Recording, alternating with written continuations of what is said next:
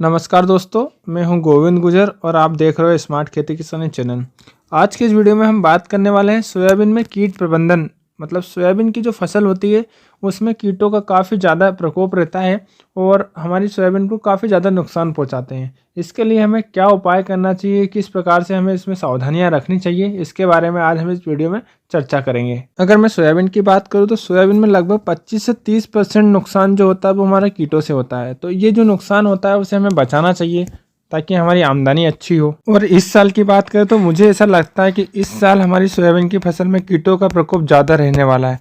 वो क्यों रहने वाला है? क्योंकि जो हमारी बिजाई हुई है वो लगभग जून मध्यम से जुलाई मध्यम के बीच में हुई है। मतलब काफ़ी डिस्टेंस रहा है बिजाई करने का, क्योंकि अलग अलग जगहों पर अलग अलग पानी गिरा है, उस हिसाब से बिजाइयाँ होती है हमारी सोयाबीन की। किसान भाइयों, अगर हम बात करें तो 20 से 25 दिन के बाद हमारी सोयाबीन की जो फसल होती है उसमें गटल बिटल की जो समस्या आना स्टार्ट हो जाती है। किसान भाइयों, जैसे कि आप जानते हैं कि जो गटल बिटल की जो मादा होती है वो हमारे सोयाबीन के पौधे पे, मतलब जो तना होता है उस पे, उसमें 2 रिंग बनाती है और वो रिंगों के बीच में जाकर एक अंडा देती है। और जो अंडा होता है वो लार्वा बनता है। लार्वा से वो उसकी एक जो प्रक्रिया रहती है वो चलती जाती है और वो धीरे धीरे करके हमारा जो तना होता है उसे खोखला कर देती है वो अंदर जाके, और जो तना है वो एकदम से झुक जाता है। यदि हम गटल बिटल को टाइम रहते हुए कंट्रोल नहीं कर पाए तो बाद में कंट्रोल करना काफ़ी ज़्यादा मुश्किल हो जाता है हमारे किसान भाइयों के लिए। यदि इस कीट का आपकी फसल पर सिंपल अटैक है तो आप प्रोफेनोफास जो आता है 50% इसी फॉर्म में,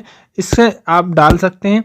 या फिर आपको ऐसा आभास हो रहा है कि हमारी फसल पर इसका अटैक होने वाला है या लगने वाला है तो आप इसका छिड़काव ले सकते हैं। और यदि आपकी फसल पर गटल बिटल की ज़्यादा समस्या है तो आप थायरोक्लोरोपिड जो आता है 21.7% एससी फॉर्म में, इसका आप छिड़काव ले सकते हैं। और किसान भाइयों, यदि इसके साथ में आपकी जो फसल है उस पर इल्ली, जो तम्बाकू इल्ली होती है और जो सेमिलिपर जो इल्लियाँ होती हैं और सफ़ेद मक्खी होती है, इनका भी अटैक है तो इसके साथ में कुछ जो केमिकल मिक्सर आते हैं उनका भी आप स्प्रे ले सकते हैं। अब अगर हम मिक्सअप केमिकल की बात करें तो जो आप ले सकते हैं इसमें थायोमेथेक्सोम जो कि 12.6% आता है और लेमडासाइलोथ्रिन जो कि 9.5% आता है जेडसी फॉर्म में, इसे ले सकते हैं। या फिर आप ले सकते हैं वीटासाइलोथ्रिन प्लस इमिडाक्लोरोपिड जो आता है उसका स्प्रे ले सकते हैं। लेकिन इन दोनों केमिकल मिक्सअप प्रोडक्टों को आपको तभी उपयोग करना है जब आपकी सोयाबीन की फसल में गटल बिटल का अधिक प्रकोप हो और मौसम साफ हो रहा है और तापमान बढ़ रहा है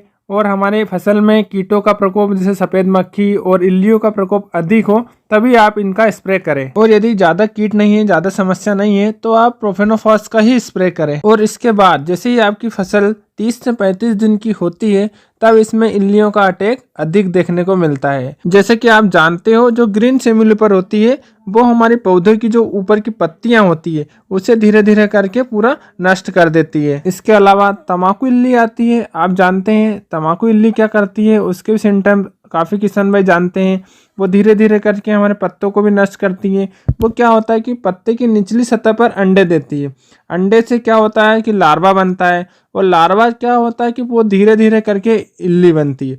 इल्ली बनने के बाद वो धीरे धीरे हमारे पौधों को नीचे से खाती जाती है और हमारा जो पत्ता होता है बिल्कुल झिल्ली हो जाता है और फिर वो धीरे धीरे करके पूरे पौधे को खराब कर देगी। और पौधे को खराब करने के बाद में पूरे खेत के जो जितना भी आपका खेत का जो रकबा है उसमें फैल जाएगी। इस तरीके से हमारे को बहुत ज़्यादा नुकसान पहुंचाती है तम्बाकू इल्ली। और यदि आपकी सोयाबीन की फसल जो है वो फूल की स्टेज पर है तो काफ़ी ज़्यादा नुकसान पहुंचाती है। आपने देखा होगा 2020-21 में फ्लावरिंग स्टेज पर काफ़ी ज़्यादा नुकसान हुआ था हमारे किसान भाइयों का। और किसान भाइयों को ऐसा लग रहा था कि हमारे सोयाबीन की फसल में फूल आए ही नहीं है, जबकि ऐसा नहीं था। वो तम्बाकू इल्ली का अटैक था, इसके कारण से काफ़ी ज़्यादा नुकसान हुआ था। इनके अलावा एक और आता है जो चने की इल्ली बोलते हैं हम। वो क्या होता है कि वो अकॉर्डिंग रंग बदलती है। मतलब जिस स्टेज में जाती है सोयाबीन उस स्टेज में वो कलर चेंज करती है और हम उसे पहचान नहीं पाते हैं। तो किसान भाइयों, आपको विशेषकर ध्यान रखना है कि जब हमारी सोयाबीन फ्लावरिंग पे रहे तब हमें सोयाबीन पे ध्यान रखना है, क्योंकि 30 से 50 दिन के अंदर इन इल्लियों का अटैक आता ही है। वो ये जो समस्या होती है वो सभी किसान भाइयों के लिए होती है। उस समय आपको विशेषकर थोड़ा ध्यान देना पड़ता है ताकि इस समस्या से हम बच सकें और हमारी सोयाबीन का जो नुकसान है उसे हम बचा सकें। और किसान भाइयों, उस कंडीशन में इसका अटैक आने की ज़्यादा संभावना होती है जब आपका मौसम साफ हो, तापमान थोड़ा सा ज़्यादा हो और वातावरण में नमी ज्यादा हो, तब इस कंडीशन में ज्यादा समस्याएं आती है। तो इस समय पर आप इमामेक्टिन बेंजोएट जो आता है उसका स्प्रे कर सकते हैं।